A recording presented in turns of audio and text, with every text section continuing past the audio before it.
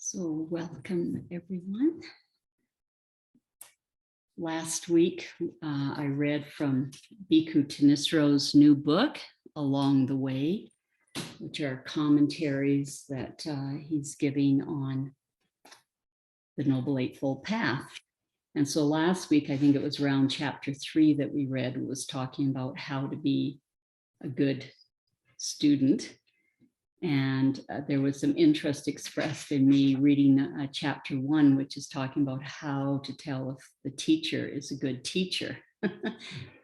Now he's got a major focus for this, and this is the concept of duality and non-duality.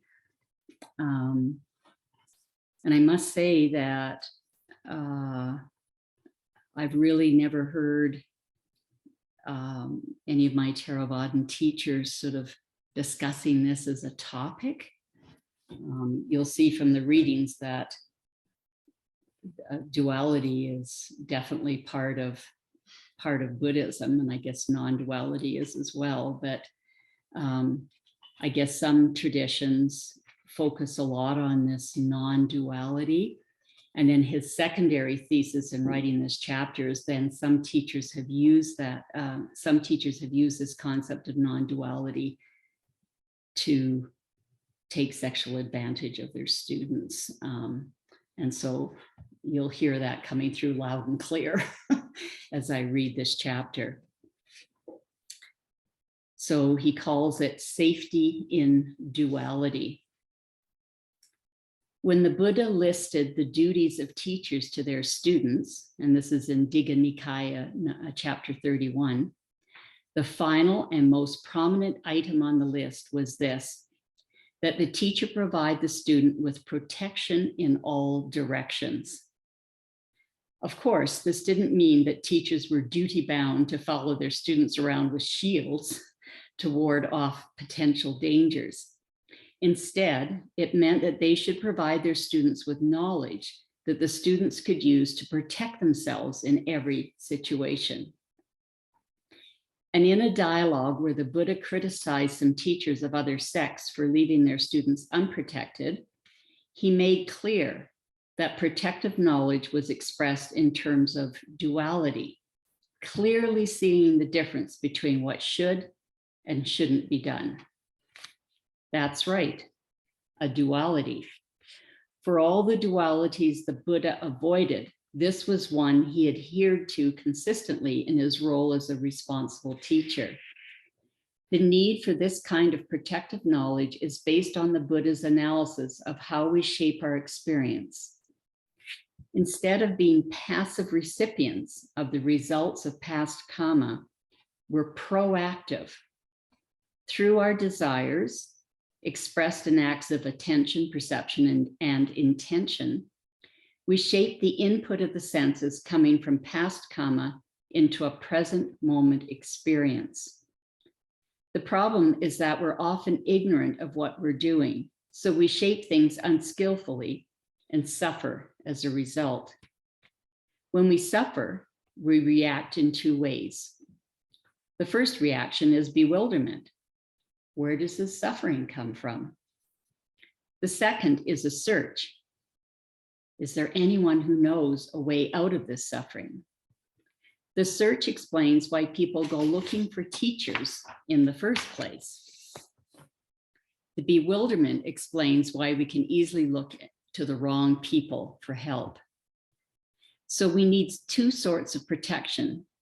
Protection against ourselves, to overcome our ignorance of what we're doing, and protection against teachers. And this can include anyone who offers advice, even well-meaning friends and acquaintances who might take advantage of our ignorance to knowingly or unknowingly do us harm. The knowledge that the Buddha offered as protection attacked these problems on many levels. And the word attack is appropriate here. In Anguttara Nikaya 362, he did something that he rarely ever did, which was to seek out other teachers and attack them for their teachings. The harm they were causing was, in his eyes, that serious. He criticized, in particular, three doctrines: that whatever pleasure or pain you experience is, 1, determined by past actions, 2, determined by a creator God, or 3, occurs randomly without cause or cause of condition. In each case, his criticism was the same. If you adopted any of these teachings, you'd believe yourself powerless in the present moment to change things here and now. You'd have no motivation to think in terms of what should and shouldn't be done, because the choice would be meaningless. All your actions in the present moment, in your eyes, would either be predetermined or ineffectual. The duality between good and evil, an empty convention. The Buddha's argument was identical in each of the three cases. So here are his words on just the first. Quote, "In that case, a person is a killer of living beings because of what was done in the past. A person is a thief, uncelibate, a liar, a divisive speaker, a harsh speaker, an idle chatterer, greedy, malicious, a holder of wrong views, because of what was done in the past. When one falls back on what was done in the past as being essential, there is no desire, no effort at the thought, this should be done, this shouldn't be done.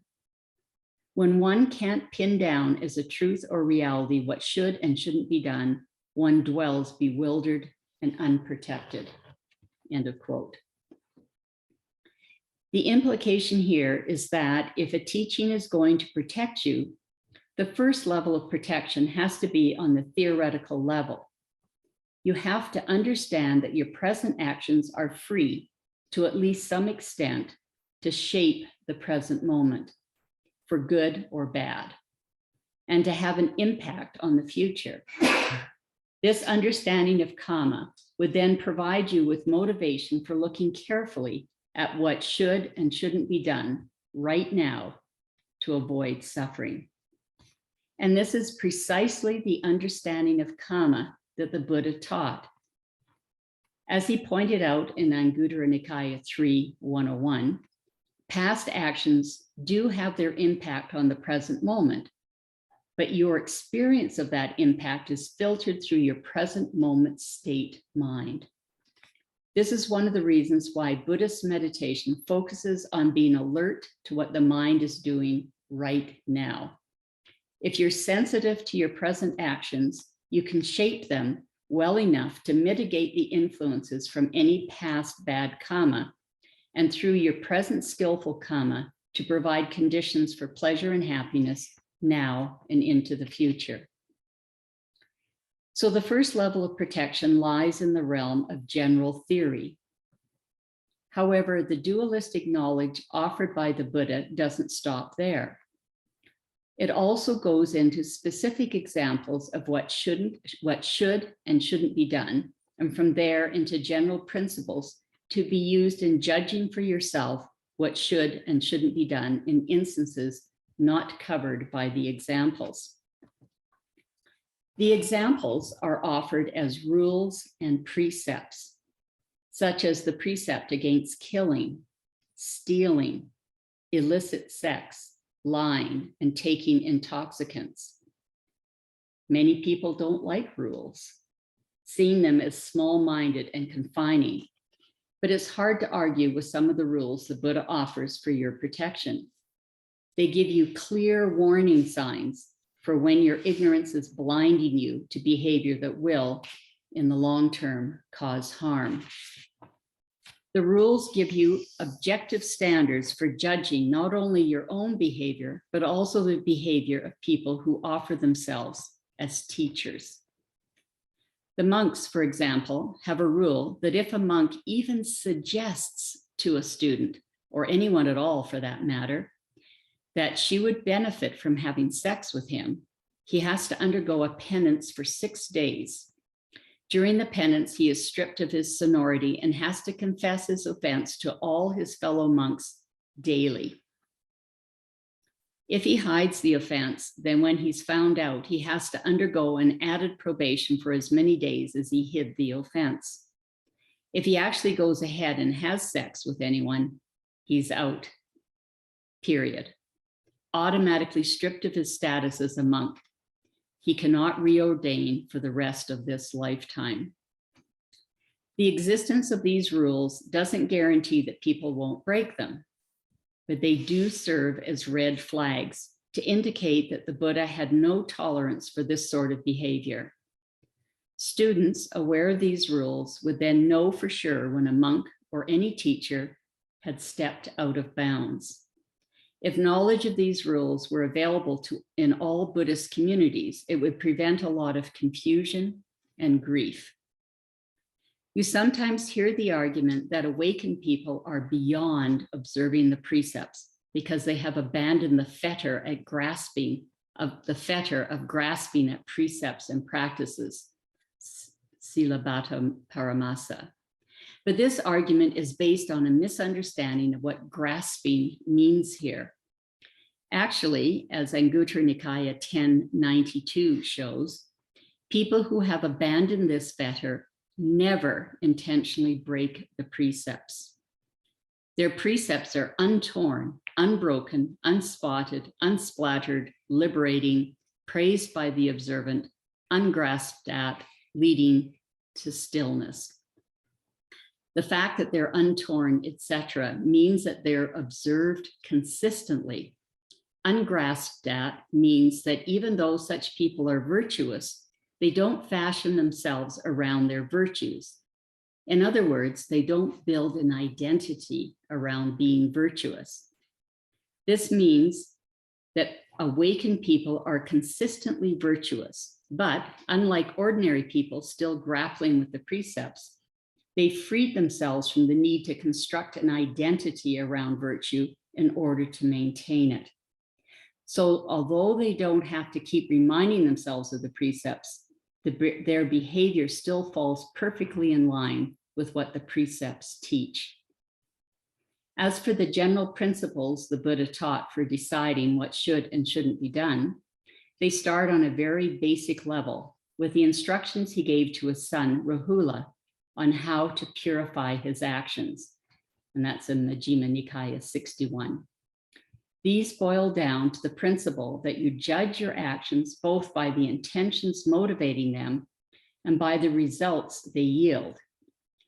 If you can foresee that an action you want to do will cause harm, either to yourself or to others, you shouldn't do it. If you don't foresee harm, you can go ahead and do it, but in line with the power of actions to shape both the present and the future, you have to check for the results of the action, both while you're doing it and after it's done.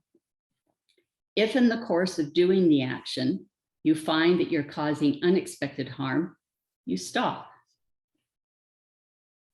If you find out only after the fact that it caused harm, you talk it over with someone more advanced on the path and resolve not to repeat the mistake. This way, you gain practical experience based on your own powers of observation in mastering the dualistic principle of what should and shouldn't be done. The duality of this principle extends to more advanced teachings as well. The Four Noble Truths, for example, are basically dualistic, and not just because four is a duality.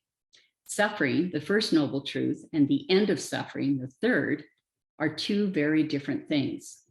You may have heard the Buddha quoted as saying, "I teach one thing and one thing only, suffering and the end of suffering," which sounds like he's offering a non-dualistic perspective on suffering and its end. But that wasn't what he actually said. His actual words were much more straightforward and dualistic. Quote, "Both formerly and now, it's only suffering that I describe and the cessation of suffering." The duties appropriate to the Four Noble Truths show that this is a genuine duality. The origination of suffering, the second noble truth, should be abandoned. The path to the cessation of suffering, the fourth truth, should be developed. Abandoning and developing are two opposite things, and the path is composed of 8 right factors, clearly differentiated from 8 corresponding wrong factors. All of this continues the dualistic pattern of the Buddha's protective teaching, having a solid grounding for deciding what should and shouldn't be done. This pattern extends even to the Buddha's subtlest teachings, dependent co-arising, his detailed explanation of all the many factors that go into causing suffering. This teaching is sometimes hailed as non-dualistic, and it is true that the Buddha's explanation of these factors avoids the duality of saying that everything is either a oneness or a plurality. So to that extent, they are non-dual. But when the Buddha explained dependent co-arising in detail, he repeatedly presented it in terms of a different duality, how it should and shouldn't be approached. If, when dealing with the factors as they actually present themselves, you approach them in ignorance, you cause suffering. If you approach them in terms of knowledge of the Four Noble Truths and their duties, you bring suffering to an end. So here again, even on the most refined levels of the Dhamma, there's a clear distinction between what should and shouldn't be done, which means that even though the Buddha taught metaphysical non-duality with regard to some issues, he didn't take a blanket non-dual approach to all issues, and especially not to moral ones. The distinction between actions that should and shouldn't be done is a duality that offers protection inside and out on every level of the practice, from the most basic to the most advanced. If you look at the Buddhist teachings on this duality in terms of Western psychoanalysis, we can see that what he's teaching is a healthy superego, the functions of the mind that provide you with a strong sense of what should and shouldn't be done. However, unlike the Western superego that Freud studied, the Buddhist superego is not heedless of your happiness, and it's not forced on you against your will. Instead, its primary concern is focused directly on your true happiness, and the Buddha offers his shoulds as conditional. He's not demanding that you follow his advice, but from his vast experience, he's advising you that if you want true happiness, if you want to protect yourself, and if you want to end your bewilderment, this is how it has to be done. The choice to take on these shoulds or not is yours. The sad irony is that the basic duality of the Buddha's protective teachings has become so deeply obscured over the centuries. A teaching that the Buddha denounced, that the present moment is determined by your past karma, has become widely accepted as the standard Buddhist explanation of karma. Non-duality has been proclaimed as superior and more advanced than duality in all areas, including the distinction between right and wrong, what should and shouldn't be done. The ego has been so demonized that many students are led to believe that all ego and superego functions have to be obliterated if they want to gain awakening. The result is that many people who encounter these unsafe teachings when coming to Buddhism actually find themselves stripped of whatever protective sense of should and shouldn't be done they might already have. This has led, as we've all too often seen, to their exploitation by unscrupulous teachers. It would clearly be for the good of the world if the Buddha's protective teachings were dusted off and returned to their rightful central place in every school of practice that claims to take inspiration from him. This might not prevent the exploitation of students in all cases. After all, there will always be people, both students and teachers, who see rules as an incitement to rebel. But unlike the blanket teachings of ego destruction and the non-duality of right and wrong, the clear distinction between what should and shouldn't be done would provide no room at all for justifying such bewildered and unsafe behavior as compassionate or advanced.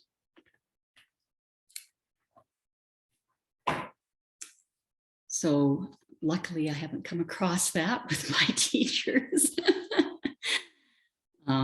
But I've certainly, I first heard of Buddhism way back in the early 70s. And at that time it was about a teacher who was an alcoholic and was sexually involved with students. So I must say it was my first knowledge of the word Buddhism, and it turned me off for 20 years. So, but I've never had any direct experience. That was all hearsay. But anyway, it had a negative effect, kept me away from these beautiful teachings for 20 years. Okay, so that was Bhikkhu Thanissaro's chapter on teachers, really heavily focusing on the moral aspect of teachers. So open this up for discussion.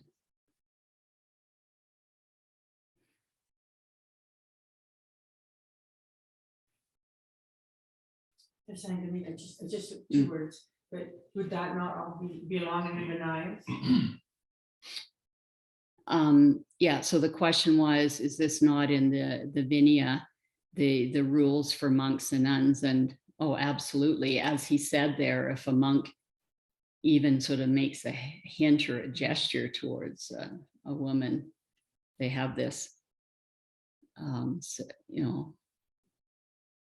quite an embarrassing penalty they have to go through for about a week, to hopefully raise their consciousness about the seriousness of it.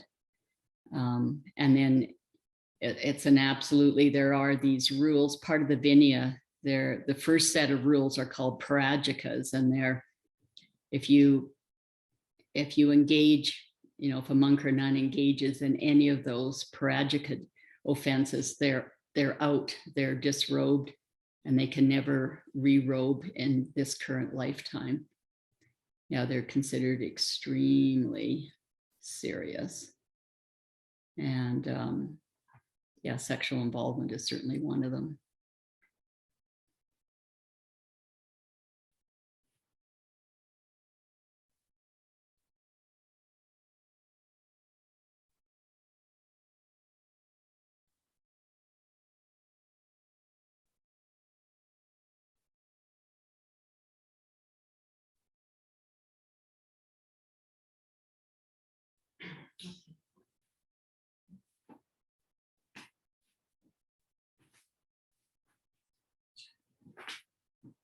So I'm thinking in terms of students being on a spiritual path, and doesn't have to be Buddhism, but sometimes you feel that you almost get to a point where you're worshiping the person that's teaching you, and you feel obedience to them. So you would maybe not necessarily feel that you were doing something wrong if the person in charge that has the power would engage in an sexual activity with you. Yeah, well, I think this was the whole point of Bhikkhu Thanissaro's kind of rant in this chapter. Yeah, it was to say that teachers could sort of present it in a way that would say, oh, this is going to like advance you spiritually on the path. Yeah. So that's why he's trying to make it clear, that students should realize, this is a no-no. And if a student is, and if a teacher is mentioning this, like, they're not a good teacher, like, avoid them. Yeah. So if you were an introductory student, where would you get that information from? Because you would not have read those things before. You would just be discovering it, or testing it out. You wouldn't necessarily understand the rules that exist for monastics.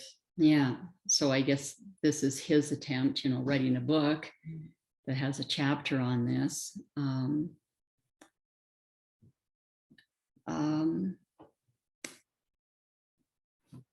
Yeah, as I said, I never had an experience in this, because when I went on retreats, you'd take the 8 precepts and it would mention, celibacy as part of the, the precepts. So I've always been taught this and taught that, this applied to the teachers and the students. So this has never been an issue, in my practice.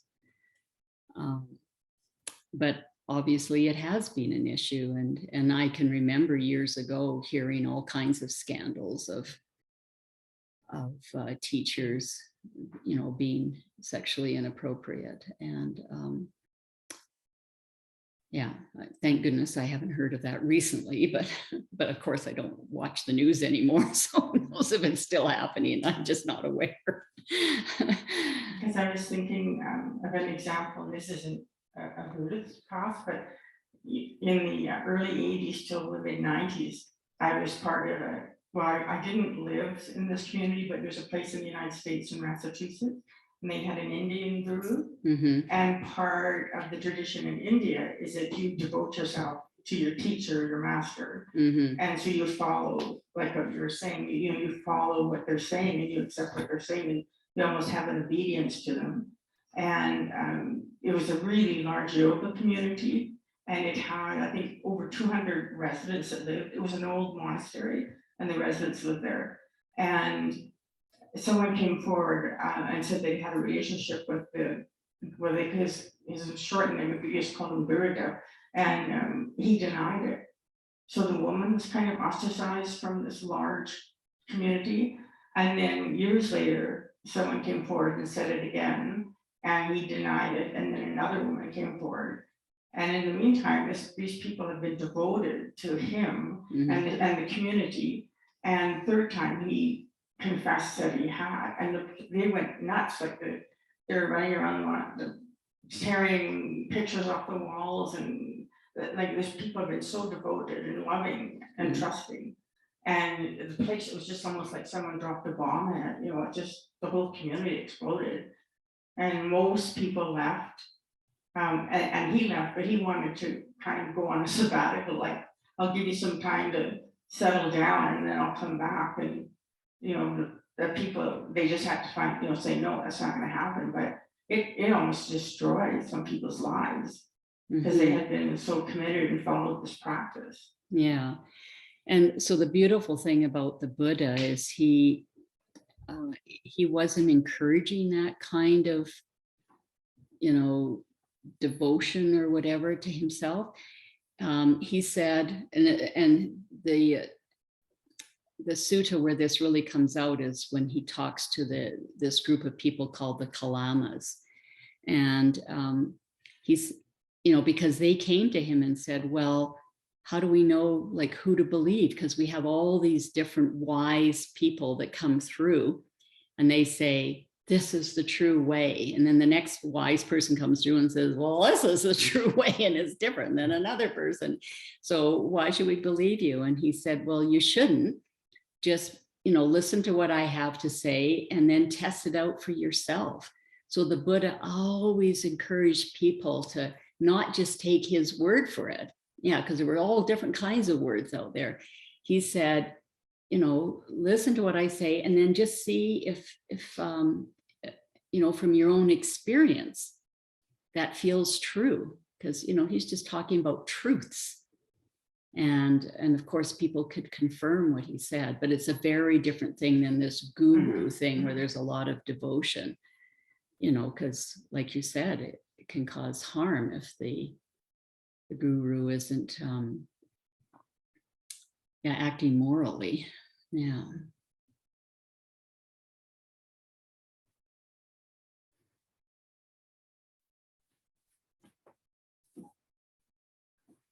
Well, my first experience with Buddhism was with my boyfriend who totally misled me. I don't want to get too specific, but yeah, I worshipped him and just thought he was everything. And then started branching away from him and coming here more and realized, that's not quite right.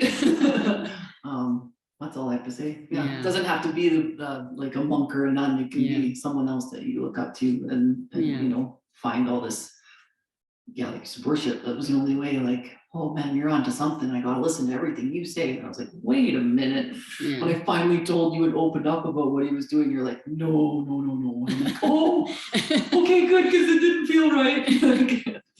Yeah. Yeah.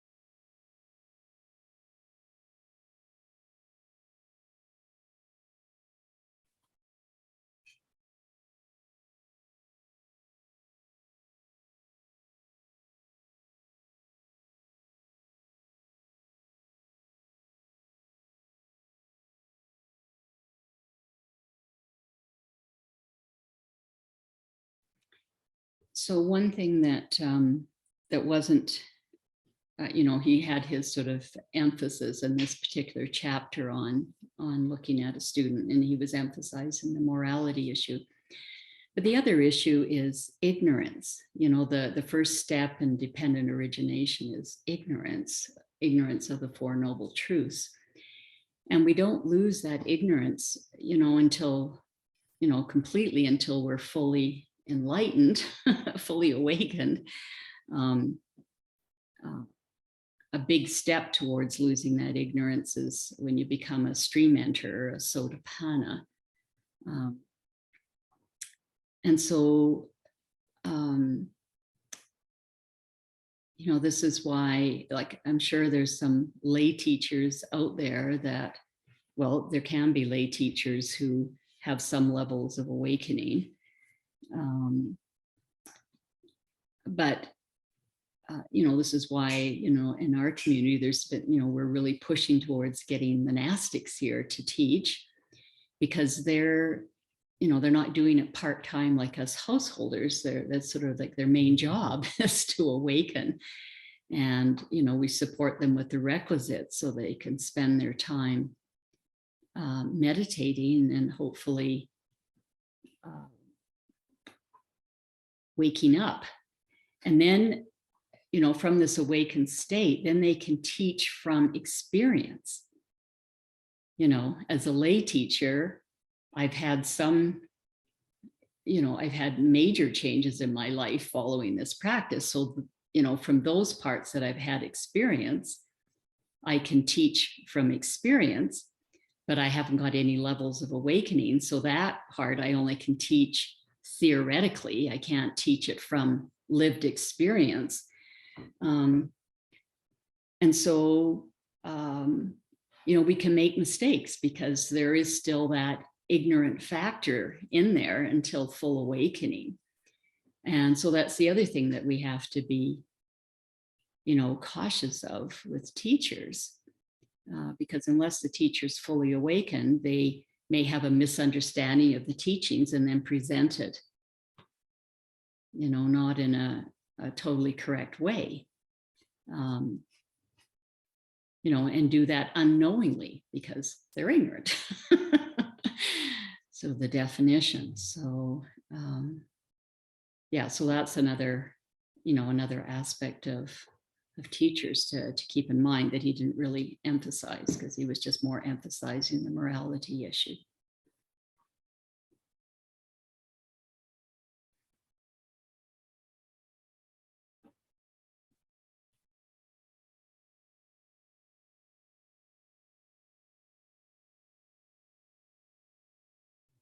So any other discussion points?